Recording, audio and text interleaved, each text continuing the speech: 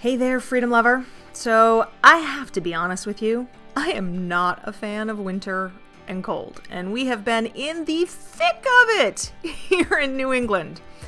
Yes, I have lived in New England for most of my adult life, but honestly, from my perspective, one of the biggest advantages of becoming a digital nomad family for me was escaping New England winters. And yet, here we are again, by choice, for one more winter, to ride out COVID a little closer to our family.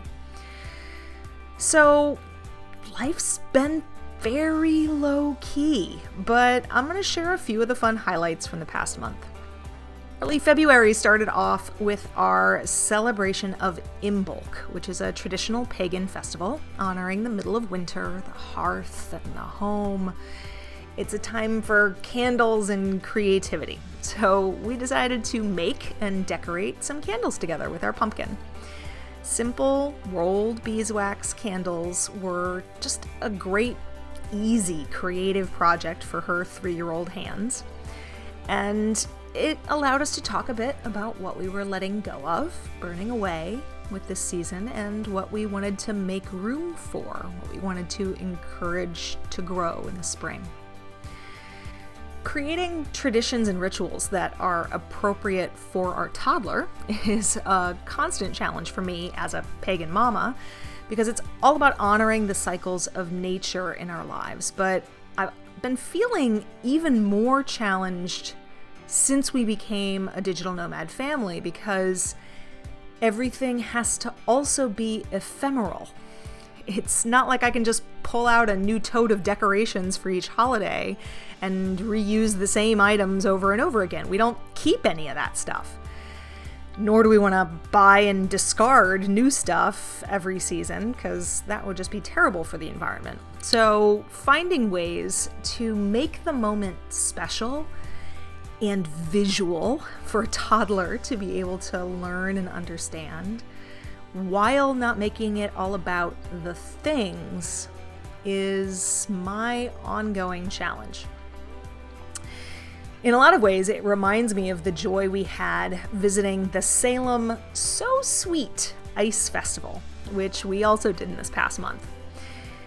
It was lovely and full of fun ice carvings that were stationed all over the town. And I'm really glad that we made a priority to go on the first day, because they were already starting to melt and crumble after just a few hours.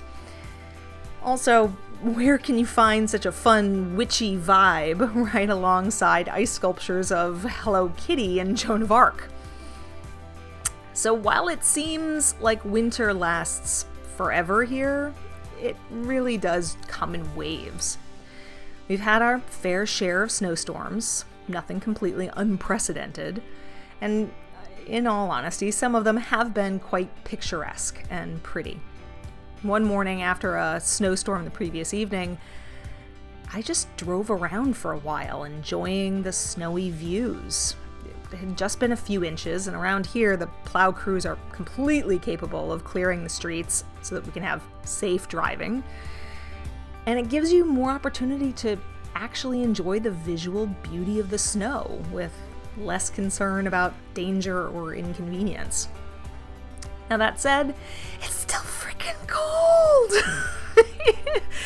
So we've been spending a lot more time indoors than I would prefer.